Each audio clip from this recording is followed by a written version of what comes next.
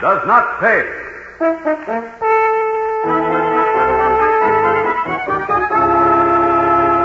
Really, gentlemen, you know by now that your recent failure severely limits your operations in this city.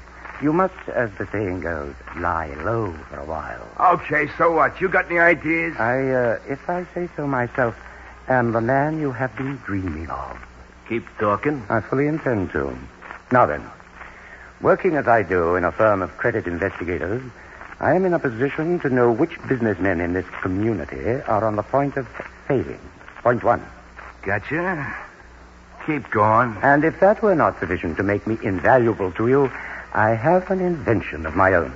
A means of setting any number of admirable bonfires with absolute safety. In fact, you can predetermine the time at which fire will strike. Point two. How can you possibly do without me, gentlemen, without me and my brief candle?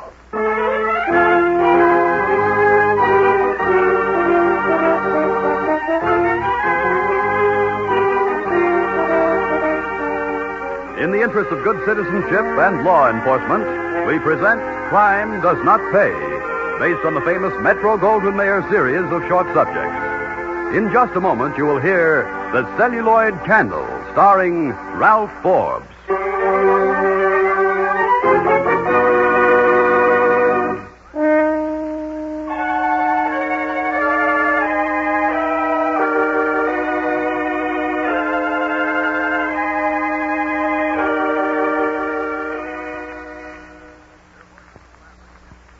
Now, Crime Does Not Pay, starring Ralph Forbes as Morgan Finchley in The Celluloid Candle.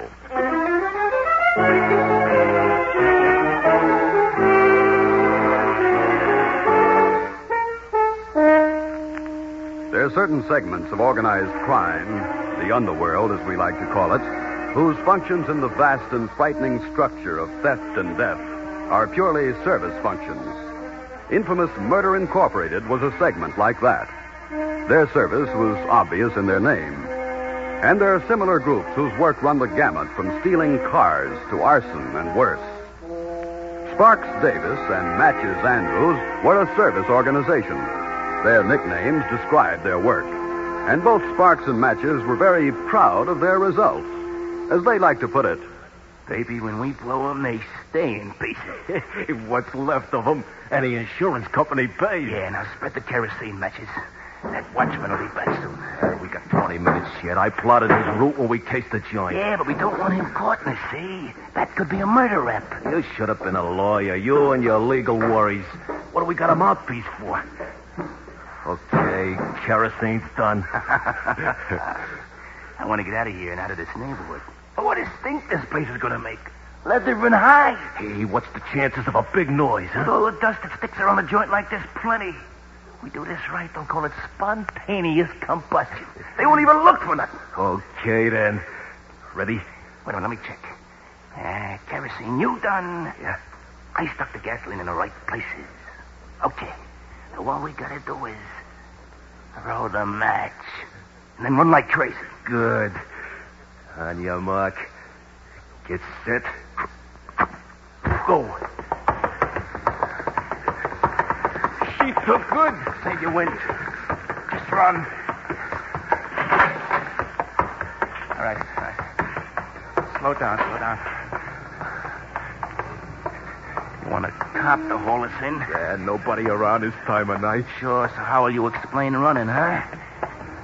Use your head, you dope.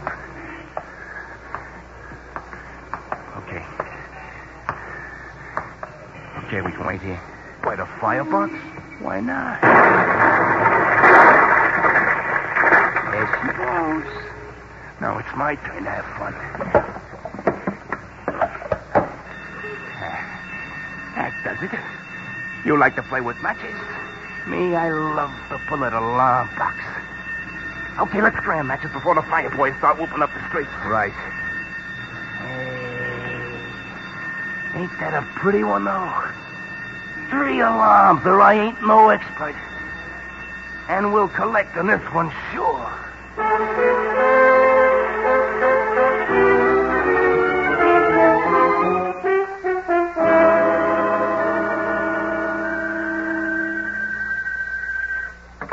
Yeah? Mr. Davis, Who wants him? this is John Harris, formerly of Harris Leathers. Oh, yeah, Harris. This is Sparks. What's cooking? You ready to pay off already? The insurance company is holding up payment on the suggestion of the fire marshal. His name is Horton, I've been told. Impossible. That place blew sky high. Yes, I know, but they found traces of kerosene and the fragments of a container which they say contained gasoline. They don't accuse me of arson directly, but their hints are broad enough. And I'm a ruined man, Davis. My creditors are hounding me. It was bad enough before the fire, but now you bungled it, Davis. Shut your yap. Trouble? Yeah, the fire marshal. Anything point to us? Not unless Harris talks, and he would dare.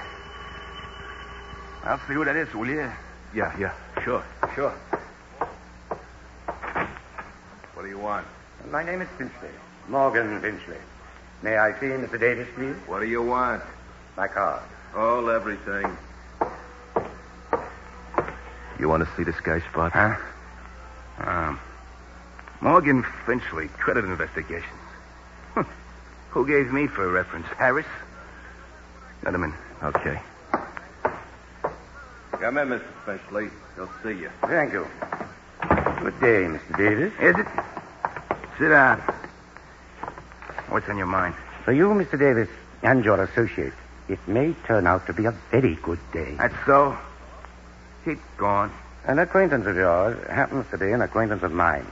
He referred me to you, as I happen to be interested in your line of business. What's his name? Harris.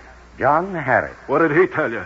I see from your tone that he's told you your recent attempt for him has failed. Come on, get to the point, Mr. Finchley. I shall, very shortly. You want to fire someplace? We work for 50%. Really, my friend, you are rather dense. Save the insult. Maybe I ought to throw you downstairs. Mr. Davis, kindly restrain your overeager friend here. Let him talk, Natchez. Yeah, he sure has a big mouth. All right, get it over with, Finchley. We're busy. Really, gentlemen. You know by now that your recent failure severely limits your operations in this city. You must, as the saying goes, lie low for a while. Okay, so what? You got any ideas? Well, if I say so myself, am the man you have been dreaming of. If you say so yourself. Anybody else say so? You will, my good man, if you care to listen for a moment. Keep talking. I fully intend to. Now then, working as I do in a firm of credit investigators, I am in a position to know which businessmen in this community are on the point of failing. Point one. Uh-huh. I got you. Keep going. And if that were not sufficient to make me invaluable to you, I have an invention of my own. A means of setting any number of admirable bonfires with absolute safety. In fact, you can predetermine the time at which fire will strike. Point two. How can you possibly do without me, gentlemen? Or without me and my brief candle? Brief candle, eh? This is a lot of talk. That candle gag's no good. That's where you are wrong. My candle is perfect for the purpose. You can't tell how long they'll burn. You set up an alibi, boom. Candle burns too fast, you're out of luck. Uh-huh. But mine are made up from a special formula of my own. So much candle, so many minutes.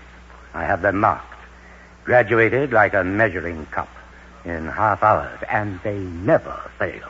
You got a sample? I'm not selling candles. I'm offering a partnership. You got a gall. Our business he tries to muscle in on, and he offers us a partnership. Mr. Davis? I'm still listening. I cannot be associated in any way with prospective clients. That part I need you for. The approach, the making of the deal, part of the execution. You need me for the information on prospects to which I have access and for my candle.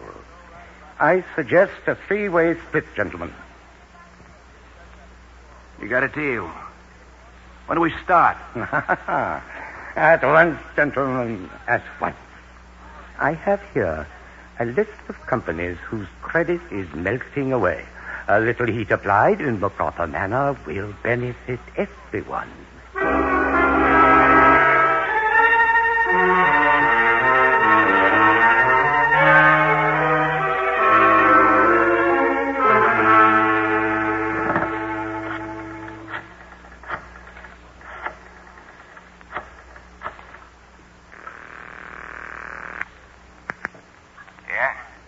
Sparks, my good man? Who else? Shoot. Our first order is confirmed. Will you and Matches be good enough to meet me at 9 tonight at the corner of Grant and South 10th Street? We shall, I believe, spend a delightful evening.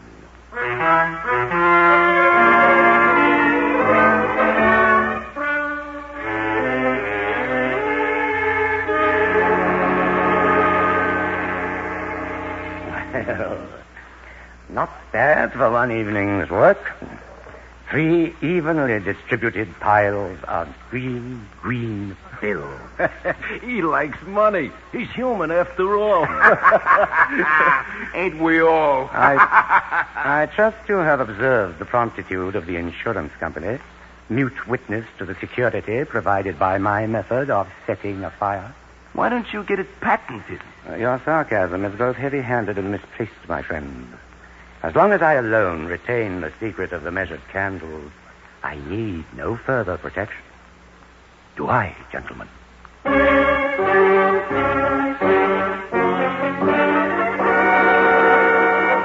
Okay, Finch, you call this meeting. What do you want? Let us call this the semi-annual meeting of our board of directors, Sparks, shall we? Call it anything you want. Only get it over with. Oh, Matches. Always impatient, always. Shall we call the meeting to order? What's on your mind, Finch? We've been together now for 6 months. Am I correct? Yeah, just about. Each of us has rather a decent bank balance. Correct? So what? That any reason to drag us out to the middle of no place because you want to have a meeting by candlelight? I selected this abandoned building in a secluded section as a particularly appropriate setting for what I have in mind. I don't like the smell of this. Nor will you like the substance, Sparks, my friend. You see, we have all grown wealthy on the information and the method I have supplied. I think it is true that without me, you would no longer be operating. Now he's taking vows. From now on, I'm taking more than vows, gentlemen. From now on, I'm taking half the income. You two may split the other half any way you choose. What? You think we'll let you get away with that? You have no choice, gentlemen. I have just elected myself majority stockholder and chairman of the board. Although I doubt if the Wall Street Journal will make mention of the fact. Now I am going to bust you and right in the snoot. I have grave doubts about that, Matthews. So you play with guns, too? Why not? Only I'm not playing. I'm quite serious. Put the heater away, Finch. You can't get away with this. Can't I? May I point out that the candle on the table is one of my own. It is a 3-hour candle. 3 hours from now, I shall be quietly ensconced in my bed after a stop at a nearby tea shop and a brief conversation with my landlady when I arrive home. You two, unless you promise to behave, will be here. All right, get him, Matches, with pleasure. You see, Sparks, I'm quite serious. Just let me get my hands on you. Naturally not. And since you are the only witness to the death of poor, stupid Matches... Oh.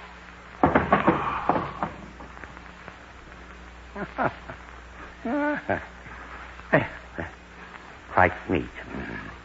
Now, a few sheets of celluloid, thus, and then on my way. Do your work, little candle, gleaming so brightly in this dark, dark world.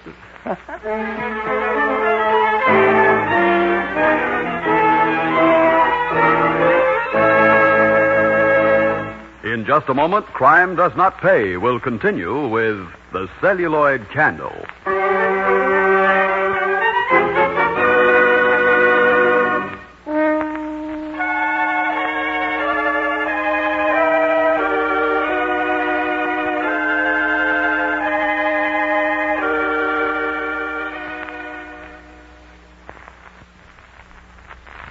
Now we continue with Crime Does Not Pay, starring Ralph Forbes as Morgan Finchley in The Celluloid Candle.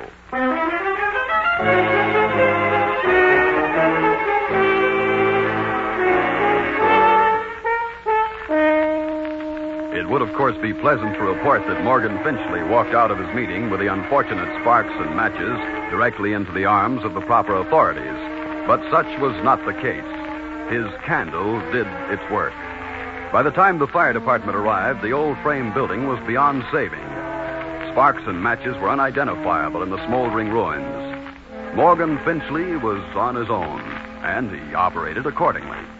Mr. Darlington, I am a credit investigator. Yes, so your card informed me. Therefore, I am in a position to know the financial status of many businessmen. Obviously. But what you have to do with me, I hardly see. I think you do see, Mr. Darlington. Darlington Mills are on the verge of bankruptcy. What are you driving at, Finchley? I have the means to rescue you from your predicament, Mr. Darlington. Then you're a genius. In some respects, yes. You see, I happen to know that you are rather heavily insured. Fire insurance, Mr. Darlington. Ridiculous. You'd never get away with it. Perhaps you have heard of the Union Shirt Factory, the stateside chemical company, the Master Tailor clothing plant. You set those fires? Oh, let's not be crudely direct, Mr. Darlington. Let us say, rather, that I was part of the modus operandi which enabled those companies to collect sufficient insurance to get back on their feet. Well, if you did that, you are a genius. I consider myself rather a benefactor of humanity, Mr. Darlington. You see, without my efforts, many people would now be out of work. As is, they're all gainfully employed. And, well, many small boys have been delighted to see the engines roll and watch the firemen at their work. You're a rascal, Finchley. But I think we may be able to do business.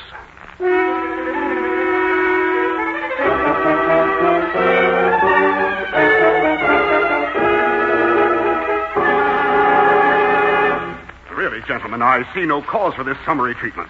Why have I been brought here? I'm the fire marshal, Darlington. Horton's the name. This is Sergeant Newell, homicide detail. How do you do, Mr. Darlington? Yes, how do you do? I'd still like to know why we sent a radio car for you. Yes, I'm a busy man. A new site for my factory. I must see the insurance company. I see, yes, the insurance.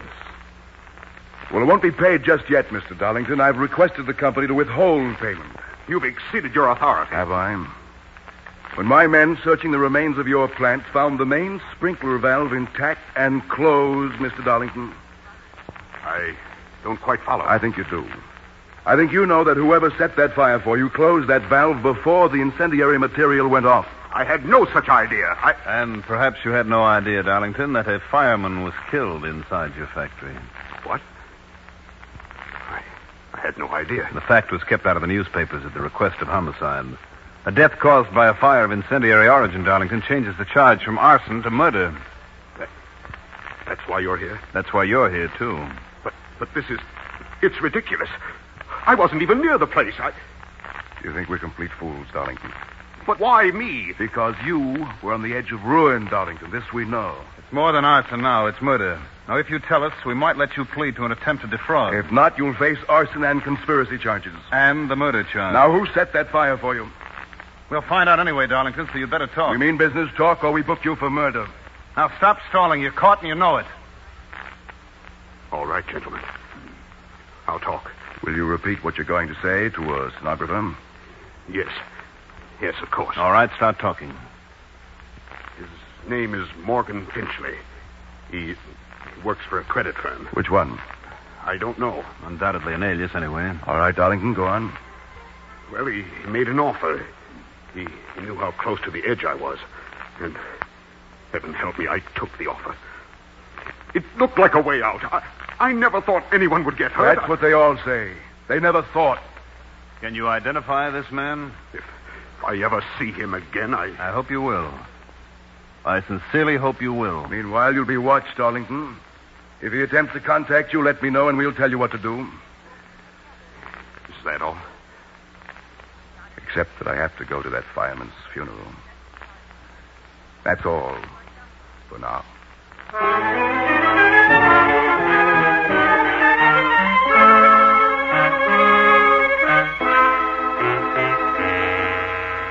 It's a neat proposition, isn't it, Mr. Lowry? Very neat indeed, and apparently no risk on my part. Precisely. Are we in business together, Mr. Lowry? You want half the insurance? Yeah, that's my usual price for my services and silence, Mr. Lowry. All right, Finchley. But work quickly. My creditors are closing in fast.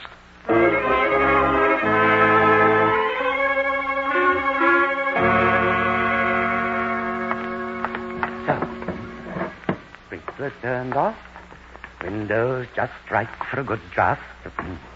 Candle and celluloid protected from the open window. And all these inflammable. Lovely, lovely, just lovely. Now then. Small candle flame in the gloom. How pretty.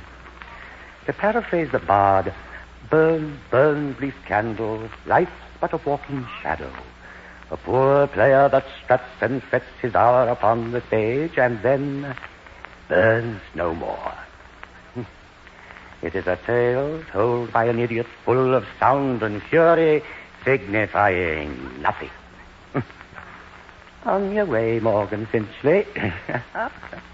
I wonder what poor old matches would have thought of my erudition.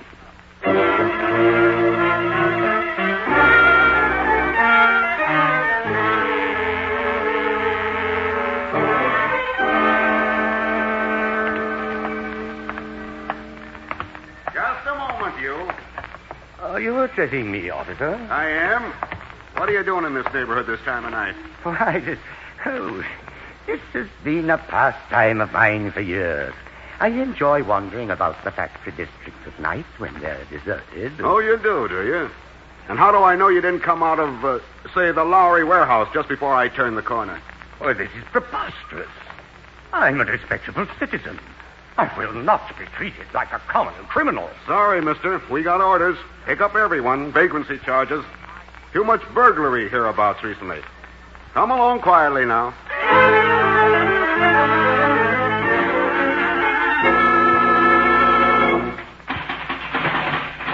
I demand the jailer. I demand to know what I'm here for. A citizen has a right to know the charge placed against him. Jailer! Jailer! All right, quiet, you. Quiet. I've never been treated like this in my life. My pockets emptied, incarcerated, ignored. Makes me the third degree. Well, at long last. At long last indeed. This way. Where's my property? You'll see Sergeant Newell. Is that the red-faced person behind the desk? You'll find out. Save the conversation. In here.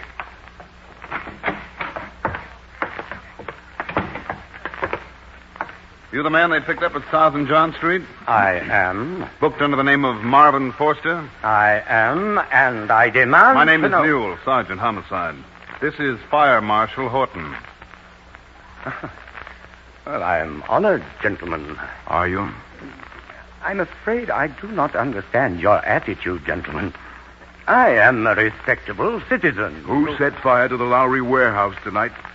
The Lowry? Oh.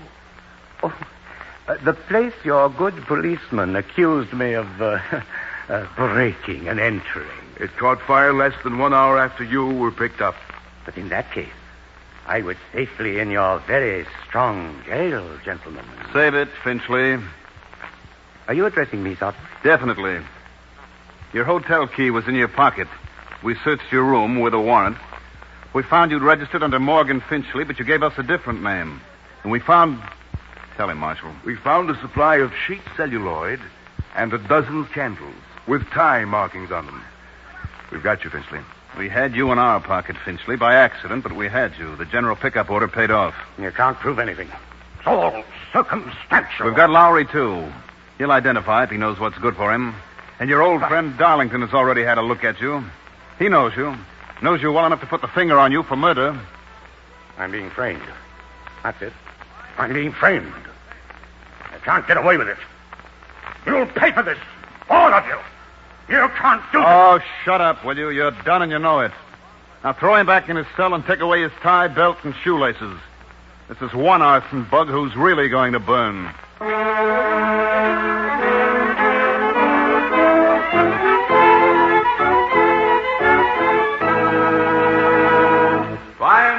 does not pay.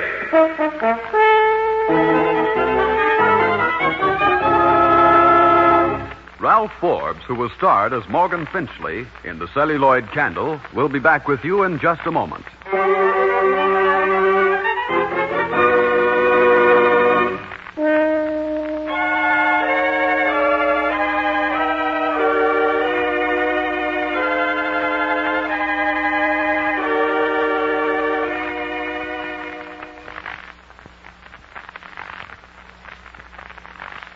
Now here in person is Ralph Forbes.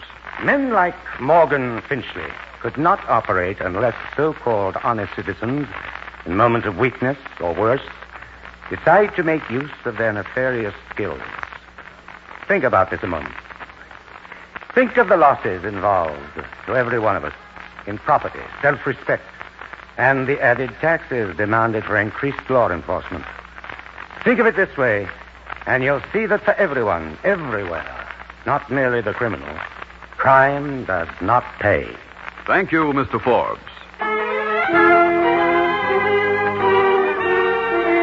Crime Does Not Pay is written by Ira Marion and directed by Marks D. Loeb, with music composed and conducted by John Gart. Technical advisor is Burton B. Turkis. The events, characters, and names used in the story you've just heard are fictitious. Any similarity is purely coincidental. This is Bob Williams speaking.